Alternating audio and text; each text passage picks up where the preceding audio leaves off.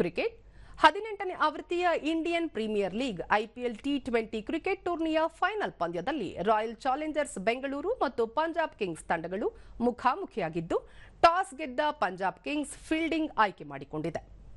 ಗುಜರಾತ್ನ ಅಹಮದಾಬಾದ್ನ ನರೇಂದ್ರ ಮೋದಿ ಕ್ರೀಡಾಂಗಣದಲ್ಲಿ ಇದೀಗ ಪಂದ್ಯ ಆರಂಭವಾಗಲಿದೆ. ಕುತೂಹಲಕಾರಿ ಫೈನಲ್ ಪಂದ್ಯ ವೀಕ್ಷಣೆಗೆ ಸಾವಿರಾರು ಕ್ರೀಡಾಭಿಮಾನಿಗಳು ಮಧ್ಯಾಹ್ನದಿಂದಲೇ ಕ್ರೀಡಾಂಗಣದಲ್ಲಿ ಜಮಾಯಿಸಿದ್ದಾರೆ. ಬೆಂಗಳೂರು ಮತ್ತು ಪಂಜಾಬ್ ತಂಡಗಳಿಗೆ ಈವರೆಗೂ ಐಪಿಎಲ್ ಟ್ರೋಫಿ ಎತ್ತಿ ಹಿಡಿಯಲು ಸಾಧ್ಯವಾಗಿರಲಿಲ್ಲ. ಆದರೆ ಈ ಬಾರಿ ತಮ್ಮ ಈ ಕನಸು ನನಸು ಮಾಡಿಕೊಳ್ಳುವ ವಿಶ್ವಾಸದೊಂದಿಗೆ ಕಣಕ್ಕಿಳಿಯಲು ಎರಡೂ ತಂಡಗಳು ಸಜ್ಜಾಗಿವೆ.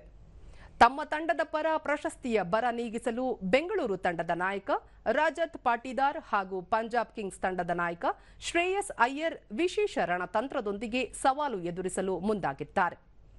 ರಾಯಲ್ ಚಾಲೆಂಜರ್ಸ್ ಬೆಂಗಳೂರು ತಂಡ ಈ ಮುನ್ನ 2009, 2011 ಹಾಗೂ 2016ರ ಆವೃತ್ತಿಗಳಲ್ಲಿ ಫೈನಲ್ ತಲುಪಿತ್ತಾದರೂ ಟ್ರೋಫಿ ಜಯಿಸಲು ಸಾಧ್ಯವಾಗಿರಲಿಲ್ಲ.